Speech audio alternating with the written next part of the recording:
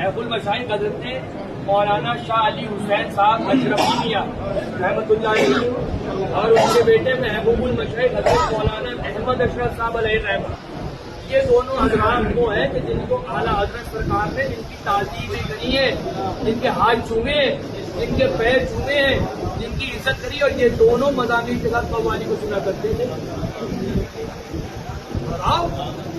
کیوں اعلیٰ حضرت نے جو ہے ایک حرام کام کرنے والے کی تعظیم کری؟ کیا حرام کام کرنے والے کی تعظیم کر سکتے ہیں؟ جب کھوجو گے تو پھر سنو گے۔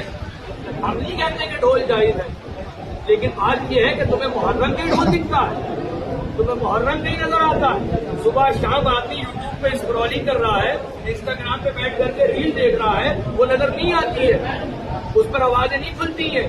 سال بھر پہلے آج ایک چیز اور چل رہی بولے وہ یہ کیا بات ہے، یہ اہل بیت کی نہیں لے کر کے آ گئے۔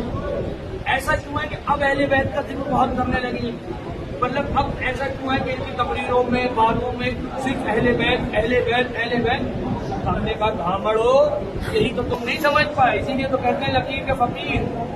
اعلیٰ حضرت نے فرمایا ہر اٹھنے والے فتنے کا رد کرا جائے گا، ایک دو کا نہیں، جس دور میں جو فتنے اٹھیں گے۔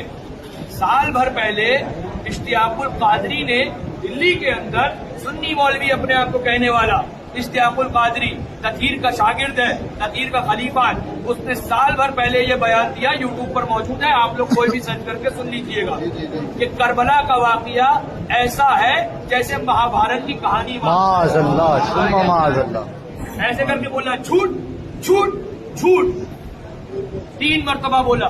آپ بتاؤ مجھے کس مولوی کی آواز اٹھی؟ کون آیا اہل بیت کے دفاع کے لیے؟ کون آیا امام علی مقام کی عظمت پر پہرا دینے کے لیے؟ کوئی بولا؟ کوئی کسی کی آواز کھلی؟ کسی کو تکلیف ہوئی؟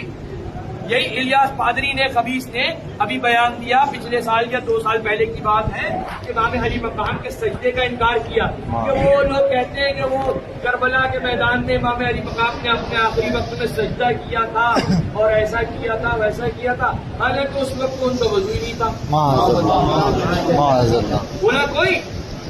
کسی پیر کے پیٹ میں درد ہوا؟ کسی مولوی کے جو ہے دل کے اندر تکلیف ہوئی؟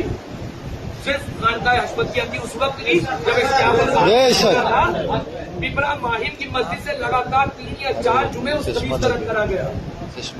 ہم نے کہا اپنا معاذ اللہ رب العالمین لے کر کے چلے جاؤ اور مر جاؤ، ہمارے بزرگوں نے جو بتا دیا وہی ہمارے لیے کافی ہے۔ ہمارے بزرگوں نے جس طرح سے واقعہ کربلا ہمارے دلوں میں، ہمارے بچوں کے رگوں میں ڈال دیا ہے، ہمیں اس کے علاوہ کچھ چاہیے ہی نہیں۔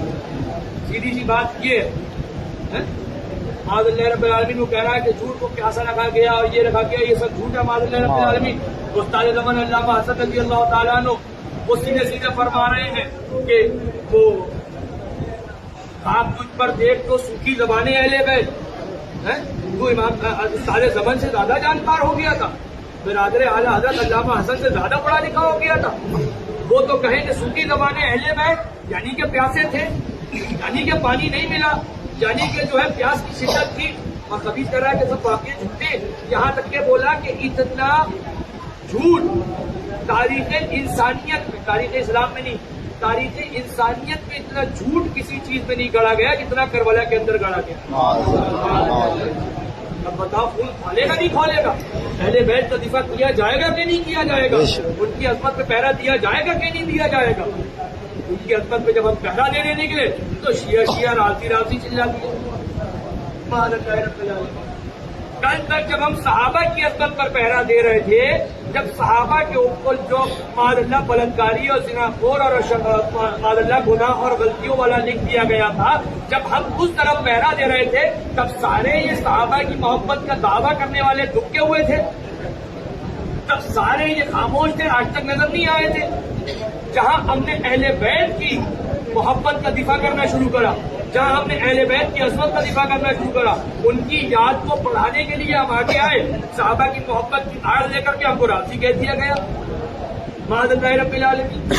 تو پھر یہ الزام تو حضور اعلیٰ حضرت سرکار پہ وہابیوں نے بھی لگایا۔ اعلیٰ حضرت سرکار نے جب وہابیوں کی امتیوں کا رد کرا تو ان خبیثوں نے بھی اعلیٰ حضرت پر راضی ہونے کا الزام لگایا تھا۔ اس کی وجہ کیا تھی کہ آپ کے جد امجد آپ کے دادا کا نام رضا علی تھا، یہ بھی اہل بیت کے تھے. آپ کے والد ماجد خاتم المحققین علامہ نقی علی بھی اہل بیت کا نام. پھر اعلیٰ حضرت احمد رضا، یہ بھی اہل بیت سے.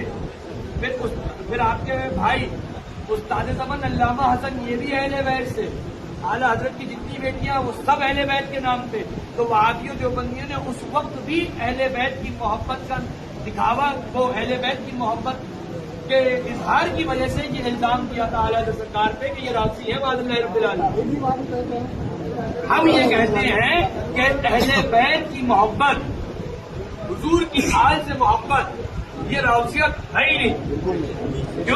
کیونکہ امام شافعی فرما چکا اگر یہ رافضیت تو پھر گواہ ہو جاؤ کہ سب سے بڑا میں رافضی. سبحان اللہ. پھر حضرت امام رکن الدین ملتانی رضی اللہ تعالیٰ عنہ فرما چکے کہ اگر علی سے، اس کا فارسی میں انہوں نے اشعار کہے ہیں، من علی را دوست دارم قلب گوید رافضی.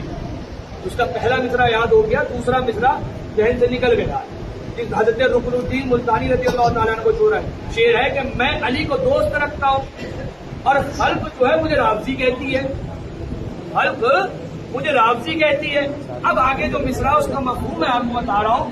مفہوم میں فرماتے ہیں بس اگر یہی معاملہ ہے تو پھر خدا، مصطفیٰ، جبریل بھی رافضی ہے. کیونکہ نہ حضرت علی سے محبت رافضیت ہے، نہ حضرت علی سے محبت رافضیت ہے، نہ اہل بیت کی محبت رافضیت ہے. نہ کوئی رافضی، نہ ہم رافضی، نہ کوئی رافضی. رافضیت تو نام ہے صحابہ کرام کی توہین کا، رافضیت نام ہے صحابہ کے بغض کا، رافضیت نام ہے ان کی عظمت کو گھٹانے کا. آج تو یہ حساب ہو گیا ہے کہ جو ذرا سی یاد کر لے اس کے اوپر تم ٹیگ لگا دو رافضیت کا. ٹیگ لگانا آسان ہے، جو چاہو تم ٹیگ لگا لو. میدان محشر میں وہ ٹیگوں کے اوپر پھر جو ہے ریسرچ بھی تو آئے گی، وہاں پر پھر وہ بھی تو کھلے گا کہ کون کتنا سچا تھا، کون کتنا کس کے دل میں عشق اہل بیت و عشق صحابہ تھا.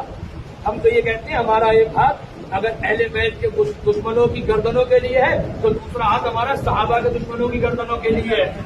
اور یہ خالی ہم کہتے نہیں ہیں، کہنا تو آج تو سب کہیں گے. جیسے اب ہر کوئی کہہ رہا مطلب کہ اعلیٰ حضرت زندہ باد، مطلب کہ اعلیٰ حضرت زندہ باد، مطلب کہ اعلیٰ حضرت ہے کیا، وہاں سناٹا پڑ جاتا ہے.